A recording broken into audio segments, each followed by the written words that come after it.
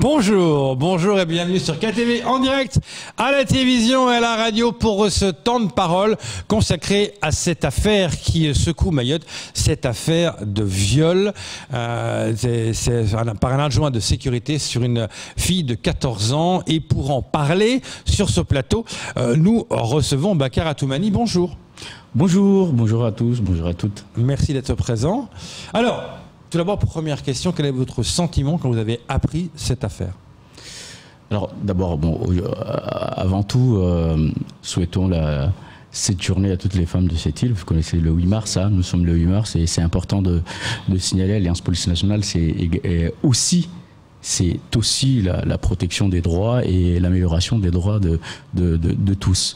Alors, sur cette affaire que vous nous présentez, moi je dirais d'abord beaucoup de colère et de désolation d'abord au regard de l'âge de cette victime, de l'âge de la victime, et désolation aussi parce que je dirais que il y a la jeunesse peut-être du fonctionnaire qui n'a pas pris conscience de la portée de cette possibilité d'accompagner cette jeune fille jusque dans un parking au commissariat, ou en tout cas de l'appeler pour qu'elle vienne jusqu'à se retrouver là. C'est une forme d'inconscience.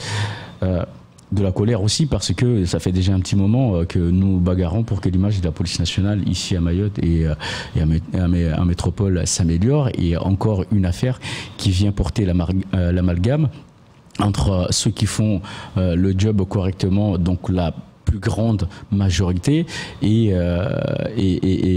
ce jeune ADS qui vient encore sur cette affaire. Encore, on parle de viol, mais pour l'instant, ce n'est pas caractérisé comme tel, puisqu'il y a une juge d'instruction qui est saisie pour... Oui, parce qu'il y a deux versions. Hein. D'accord. Il y a vraiment deux versions qui sont faites.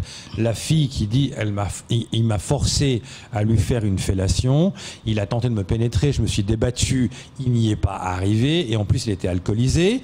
Et le jeune qui dit non, je l'ai appelée, elle est venue au commissariat sur le parking, elle m'a fait une fellation, mais sans avoir été forcée, et j'avais bu une bière. Donc il y a vraiment deux versions.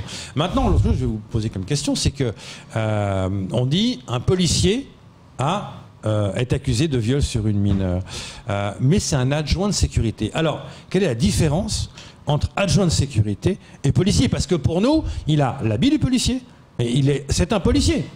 Est-ce qu'on peut dire que c'est un policier, ou est-ce que vous faites, vous, une nuance? Alors, nous, on fait une nuance parce que, d'abord, c'est des emplois jeunes. Les adjoints de sécurité sont des emplois jeunes qui sont recrutés sur des contrats de 3 ans. Donc, ils sont formés aussi. Enfin, ces contrats sont renouvelables en fonction des services accomplis. Ils font une demande et ils sont reconduits 3 fois. Enfin, 3 fois. Le contrat est de 3 ans, renouvelable une fois. Donc je dirais non, ce n'est pas la même chose, dans la mesure où le fonctionnaire de police titulaire, il est recruté et formé pendant 1 an avec un suivi régulier. Et pendant 1 an, il est stagiaire. Et s'il ne fait pas l'affaire, on lui demande de prendre ses affaires et de partir. Alors l'idée, c'est pas forcément de dire que il y en a qui sont bons et d'autres moins bons, mais je remets là encore la place de la formation et qui est importante, et aussi des attributions, parce que ce ne sont pas les mêmes attributions. Quand vous êtes adjoint de sécurité, vous êtes censé assister les titulaires, alors que quand vous êtes titulaire, vous avez toute l'initiative et la portée de vos actions de police en tant qu'agent de police judiciaire ou officier de police judiciaire. Donc c'est des choses qui sont quand même relativement différentes, mais ici encore, et vous savez très bien qu'à partir du moment où vous êtes recruté, et nous d'ailleurs il y a encore peu, on disait que le DTPN avait fait un gros job là-dessus sur le recrutement des ADS ici à Mayotte. Pourquoi? Parce que les ADS, ça permet aussi à des jeunes qui veulent s'en sortir d'intégrer l'institution, de connaître l'institution, et aussi par la suite d'intégrer la police nationale via un concours interne. Donc vraiment, nous avons de très bons éléments, mis à part cette affaire qui vient un peu écorcher... beaucoup même, mais je veux dire, mais comment ça se fait que vous n'avez rien vu? Parce qu'on dit qu'il était quand même assez éméché, d'après la fille, hein, j'entends bien, qui prend rendez-vous, qui s'en va du commissariat pour aller dans le parking. Certains disent, mais avec les caméras de surveillance, vous n'aurez pas pu voir. Qu'est-ce qu'il en est par rapport à ça? Est-ce qu'il y a des caméras de la surveillance dans les parkings du commissariat de Mamoudzou? Est-ce que les policiers peuvent se rendre compte de la situation? Alors, si c'était dans le commissariat, parce que vous avez 2 parkings, si c'était dans le commissariat, vous avez tout, enfin la nuit, hein, le commissariat de police c'est 24h/24, donc vous avez tout le temps du monde. Vous avez un autre parking qui se trouve un peu plus à l'écart du commissariat. Moi-même, je peux vous dire, je travaille avec vous, je vais chercher des cigarettes dans ma voiture. Les gens vont pas forcément vous suivre pour aller surveiller ce que vous allez faire dans votre voiture. Vous dites, ben non, je vais chercher un briquet. Vous dites, je vais passer un coup de fil à l'extérieur. C'est trop facile de dire, il faut suivre les uns et les autres partout. C'est pas viable. Il y a pas de caméra sur cet endroit-là. Il y a pas de caméra sur Internet. Hein. Les gens avec des caméras, on peut voir les choses. Non, il y a pas de caméra sur ces parkings. Ouais. Camar. Alors justement, Bakar, quand on voit aujourd'hui les valeurs qu'on doit inculquer à ces jeunes, vous l'avez dit, des jeunes aujourd'hui, qu'on pense aujourd'hui, une fois ADS, vont commencer déjà à apprendre le métier, à connaître aujourd'hui comment dire, dans quelle société on vit. On doit avoir ces valeurs-là. On voit des jeunes qui viennent des fois, bien évidemment, du BSMA et qui sortent très bien avec l'éducation. Alors le formateur qui doit aujourd'hui être avec ces jeunes, d'abord c'est quoi qu'on doit inculquer? C'est quoi un ADS? Qu'est-ce qui doit les inculquer en premier lieu? D'abord, le métier. Alors, toute initiative, avant de faire quoi que ce soit, d'abord vous avez un titulaire, vous devez informer. Ça, c'est la destination, c'est rendre compte, c'est la base. Donc tout ce que vous faites, vous devez en restituer à ceux qui sont au-dessus de vous. Donc quand vous êtes ADS, autant vous dire que vous ne preniez pas d'initiative sans avoir avisé quiconque. Et puis vous avez un code de déontologie qui date de 2014, qui est enseigné, qui à tout le monde. Donc que vous soyez ADS, que vous soyez titulaire, que vous soyez commissaire, que vous soyez commandant, c'est le même code pour tous les fonctionnaires de police et les gendarmes. Donc vous comprenez bien qu'à un moment donné, la base est la même pour tous, mais encore, il y a la traduction sur le terrain et la capacité de chacun à saisir ce qui est donné et ce qui doit être fait. On peut être tous globalement aujourd'hui ici, mais à la sortie, chacun interprète ou chacun fait différemment. Donc ça encore, c'est très compliqué parce que mine de rien, il y a quand même une petite appréciation personnelle et de chacun. Donc l'encadrement, c'est vrai que vous l'évoquez, nous aujourd'hui nous sommes en pleine campagne d'avancement. Nous réclamons d'ailleurs aujourd'hui à travers cette affaire davantage d'encadrement nuit et pour que nos collègues soient un peu plus confortés dans leur mission. Alors on ne dit pas que ceux qui ne sont pas là ne font pas l'affaire, c'est pas du tout ça, c'est qu'il faut renforcer parce que jusqu'alors tout se passait très bien et il y a eu cette histoire qui vient entacher. Donc il faut peut-être renforcer davantage les groupes qui sont en nuit aujourd'hui.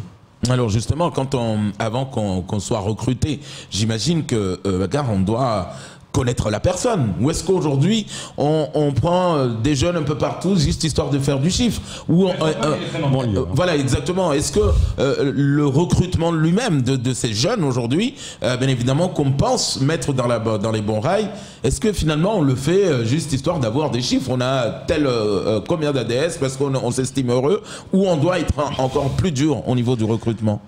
Non, je pense que... alors, sincèrement, moi, j'y participe en tant que... aussi, j'ai participé d'ailleurs au dernier recrutement en tant que jury. Il y a vraiment de la qualité dans ces jeunes qui souhaitent intégrer la police nationale ou d'autres institutions, ou en tout cas défendre l'institution police et défendre la sécurité à Mayotte. Nous avons vraiment des candidats exemplaires. Alors c'est toujours pareil, vous les recrutez, ils sont très bons, ils suivent une formation et puis ils rentrent dans la vie active, ils touchent une indemnité si je puis dire, un traitement, mais là encore, c'est ce que je disais tout à l'heure, une fois que vous avez la formation, que vous avez l'encadrement, vous avez toujours une petite part d'appréciation de vous. Vous devez respecter une certaine chaîne, mais ça, c'est à vous. On ne peut pas, comme je vous disais tout à l'heure, être derrière chaque fonctionnaire pour lui dire quand tu vas aux toilettes, dis-moi. Quand tu vas à tel endroit, dis-moi. Une fois que vous avez fait la globalité, c'est aussi aux fonctionnaires ou à l'adjoint de sécurité de dire j'ai une hiérarchie qui est là, j'avise. Mais ce jeune, vous le connaissiez? Je connais quasiment tout le monde au commissariat de police. Est-ce que ça vous a surpris? Parce que des fois, on dit, bah, je me doutais d'un truc, ou est-ce que vous tombez des notes? Non, lui, non, c'est pas possible. Il y a des fois des choses comme ça qu'on peut penser. Hein. Alors, quel est votre ressenti par rapport à ça? Vous le connaissez? Vraiment, d'abord, le groupe auquel il appartient, je connais quasiment tous les effectifs, et j'ai été le premier à être très, très surpris par cette affaire. Parce que s'il y a bien un groupe où la discipline y règne, c'est dans celui-ci. Et la nuit, ils font ils sont dans les violences urbaines, ils sont à droite. Enfin, vraiment, c'est un groupe solide, dynamique, et comme je vous dis encore une fois, je n'excuse rien puisque, encore une fois, sans partir du fait qu'il est coupable ou pas coupable, il y a une enquête en cours. Il faut laisser. Il est présumé innocent. Il y a deux versions. Voilà, c'est ça. Non, mais c'est pour ça que c'est. Mais cela étant, voilà. Tout à fait. Mais suspecté d'un viol quand même, ça, c'est grave. On est d'accord là-dessus. Ouais. C'est pour ça que il faut laisser aussi les magistrats, enfin le juge, puisqu'il y a un juge d'instruction qui a été saisi, enquêter pour faire la lumière sur cette histoire, sans pour autant dire un tel. Et moi, je peux vous dire qu'en plus de ce volet judiciaire, il y a un volet administratif. Si vraiment les choses étaient avérées, il y aurait des sanctions exemplaires comme ça a déjà été le cas ici à Mayotte. Mais tout le monde est surpris par cette affaire parce que c'est sur Internet, certains disent si c'est un Mzungu, il y aura des mesures de faveur. Vous confirmez, c'est un Mzungu, c'est un Mahorais? Non, je ne veux pas rentrer dans la polémique. Non, parce que vous comprenez. Il y a des polémiques, mais souvenez-vous, il y a encore quelques jours, je disais que c'était intéressant d'avoir des jeunes filles mahoraises pour aller lors des différents. Les policières mahoraises seraient mieux à même d'aider les femmes mahoraises à travers la langue, et c'est une facilitation. Ça a créé la polémique par rapport à nos collègues métropolitains qui sont là, qui disent ah non, ça veut dire que moi je fais pas l'affaire. Alors il peut y avoir des histoires de personnes, hein. Je dis bien il peut y avoir des histoires de personnes, tel syndicat, telle personnalité, mais encore une fois je ne souhaite pas rentrer là-dedans, puisque là encore une fois c'est un ADS, c'est un emploi jeune dans une affaire enfin c'est la première fois que ça arrive à Mayotte, donc vraiment c'est à la marge de ce qui se passe. Comme je l'ai dit tout à l'heure, deux choses, on pense pas à la victime, je vous disais en ouverture. Tout à fait. Elle a 14 ans, c'est quand même terrible. C'est ça. Après, est-ce que vous comprenez la décision du juge des libertés et des peines de l'avoir remis en liberté alors qu'il y a quand même un viol sur une mineure âgée de 14 ans? Mais bien, c'est bien la preuve qu'il y a peut-être des zones d'incertitude dans cette affaire. Le procureur a fait appel. Hein. Oui, donc alors encore une fois, je ne veux pas rentrer dans le côté judiciaire. Mais d'après vous, s'il a laissé en liberté, c'est qu'il y aurait des zones d'ombre et pas toute la vérité par rapport à l'affaire. C'est peut-être aussi la raison pour laquelle on a saisi un juge d'instruction pour faire toute cette affaire. À mon avis, si c'était, vous savez, les fonctions de la police sont assez, pour ne pas dire taclées, mais sanctionnées tant administrativement que judiciairement. Enfin, c'est pas un scoop. Hein. Donc, je reste persuadé que si les faits étaient avérés et qu'il n'y avait pas de zone d'incertitude. Elle aurait menti? Je ne dis encore pas ça, puisque ça voudrait dire que je prends position sur cette affaire. C'est pas du tout ça. Je dis ça.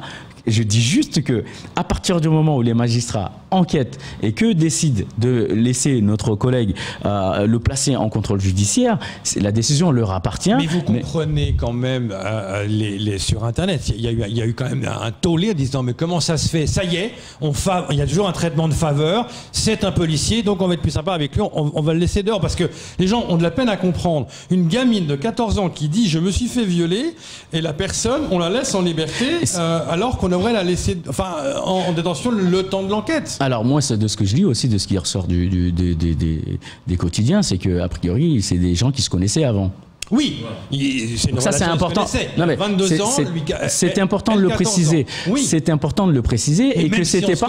Vous savez, il y a quand même dans des couples. C'est pour ça. Non mais moi, je suis en train. Vous me posez la question sur ce qui relève du judiciaire.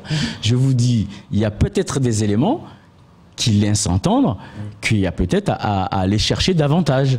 C'est juste ça que je dis. Donc s'il faut aller chercher davantage, c'est que peut-être que c'est pas si fermé en disant tel est auteur et tel que victime. Donc de ce que l'on comprend.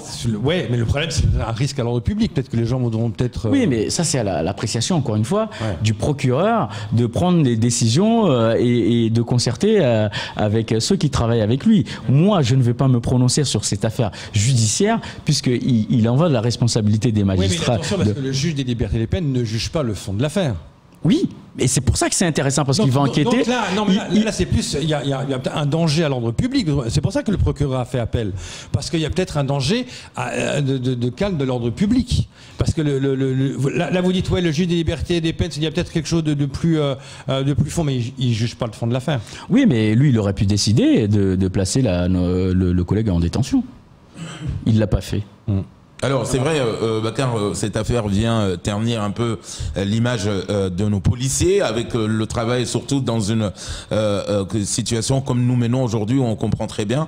Mais il y a aussi des bonnes nouvelles, faut les dire ce matin. Vous êtes venu récemment lancer un appel ici pour demander à ce qu'on libère quelque part, en tout cas, nos jeunes policiers mahorais en France, de regagner en tout cas ce territoire. Est-ce que l'appel a été entendu?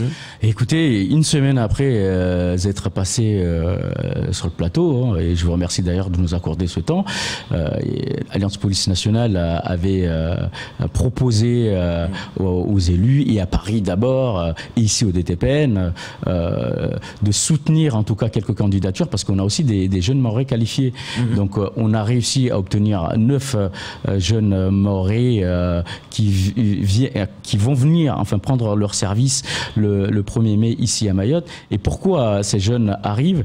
D'abord, comme on le disait tout à l'heure, c'est pour garantir en tout cas la performance opérationnelle. La performance opérationnelle, c'est quoi? C'est permettre aux services où il y a moins de mahorais comme la nautique, pour qu'il y ait des bases. On le disait la dernière fois, ces jeunes vont arriver, vont apprendre auprès de leurs collègues métropolitains qui sont là, ils vont acquérir des compétences, ils vont rester là, et à un moment donné, ils vont perpétuer le savoir-faire et aussi le savoir opérationnel, puisque vous savez que le lagon, c'est pas du jour au lendemain que vous allez savoir à quel ou tel endroit où il faut passer.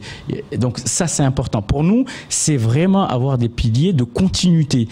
Je le répète ici, parce que souvent les gens se disent « Ah, on est dans le communautarisme, c'est que les mahorais comment ?» Non, alors je vais encore faire encore plus simple. Alliance Police Nationale réclame à l'administration la mise en place de viviers. Donc ces viviers, c'est quoi? C'est à un moment donné, en fonction de nos besoins, on fait appel en métropole à des effectifs, et dans ces effectifs, nous réclamerons une proportion de jeunes mahorais et une proportion de contrats, et pour permettre à ce que le système soit vive et soit pérenne. Donc ça aussi, c'est des choses importantes. Des besoins, un appel, et dans le recrutement, un recrutement spécifié en fonction des profils. Ça, ce serait très très intéressant. Bakar, pour revenir à cette affaire duel et pour terminer, que pensez-vous de cette famille qui doit probablement souffrir? Alors nous souffrons d'abord au regard du remous médiatique, si je puis dire, de cette affaire. Je veux dire, ça reste quand même une jeune fille de 14 ans, quelles que soient les circonstances. Et le fait que tout Mayotte ait connaissance de cette affaire, l'image aussi, non, on fait beaucoup de peine.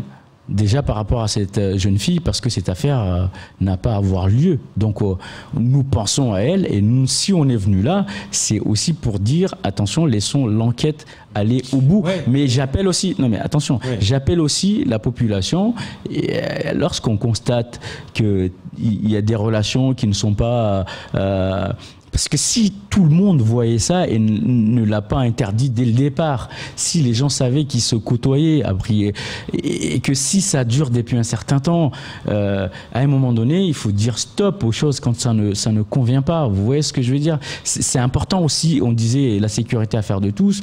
Là aussi, il faut que les adultes prennent leurs responsabilités. On est encore en train de dire les policiers, mais avant que ça en arrive là, on se dit les policiers ont plus tendance à protéger les leurs plutôt que d'être atteints par cette gamine. C'est ça que ça veut dire quelque part. On a l'impression que la police dit c'est l'un des nôtres, on va le défendre parce que la gamine elle dit peut-être des conneries. Non. On a peur de cette défense. Non, parce que je peux vous dire déjà qu'il y a des mesures de suspension qui sont prises pour ce jeune fonctionnaire, et assimilé parce qu'il n'est pas fonctionnaire, des mesures de suspension. Le juge d'instruction, enfin, il y a un juge qui est dédié désigné pour cette enquête. Donc, non, on n'est pas du tout en train de... Et puis, attention, les faits, si vraiment sont avérés, seraient graves. Vous comprenez bien ce qu'on est en train, au regard de l'âge de la mineure. Oui, bien sûr. Après, vous avez aussi raison de le souligner, chacun est innocent avant d'avoir été jugé coupable. Présomption d'innocence. D'accord. Donc, c'est important de dire que, enfin voilà, ce n'est pas la pratique. D'ailleurs, Bakar, pour plus tard, est-ce qu'il faut empêcher que ça arrive, c'est-à-dire de le laisser aller d'un jeune ADS qui appelle une fille de venir à la police. C'est-à-dire qu'aujourd'hui, tout le monde peut rentrer à la police. Moi, je suis ADS, je peux appeler mes amis à venir à la police. Non, il y a aussi le fait qu'on est en plein confinement. Qu'est-ce qu'elle fiche dehors? Voilà. Le rôle des parents. Et je reviens, encore une fois, ça ne s'est pas passé dans le commissariat. Ah, attendez, dans le parking... non, ça ne se... Alors aux abords, non, mais alors aux abords, mais pas dans le commissariat parce que sur l'endroit. Non, oui, mais pourquoi c'est intéressant? Parce que vous dites dans le commissariat est plein. Vous avez des collègues partout. C'est impossible. Ça voudrait dire que tout le monde a été complice de cette affaire, et que tout le monde a vu. Oui. Alors il faut le supprimer parce que ça ne s'est pas passé. C'est passé dans le commissariat, c'est passé dans le parking. Un parking extérieur. Mais il est où ce parking? Il est tout en bas du commissariat. A priori, c'est là-bas où les faits où les policiers parquent leur voiture. Tout à fait. Donc c'est parking du commissariat. C'est un parking extérieur. Vous avez deux parkings. Non, vous avez deux parkings. Vous avez un parking où les véhicules de police sont stationnés avec tout l'ensemble des effectifs. Vous avez un autre parking pour les fonctionnaires pour stationner leurs véhicules. Donc alors, si vous voulez associer à tout au commissariat, je veux bien, mais le parking où on stationne les véhicules, vous allez déposer votre voiture, vous avez un code et vous partez. C'est pas parti. Merci beaucoup d'être venu ce matin pour parler de cette affaire, et Dieu sait si on va encore beaucoup en parler, à mon avis, et une grande pensée à cette fillette de 14 ans, surtout en cette journée de la femme. Merci beaucoup d'être venu. C'est tout pour ce temps de parole. Tout de suite, la suite de vos programmes.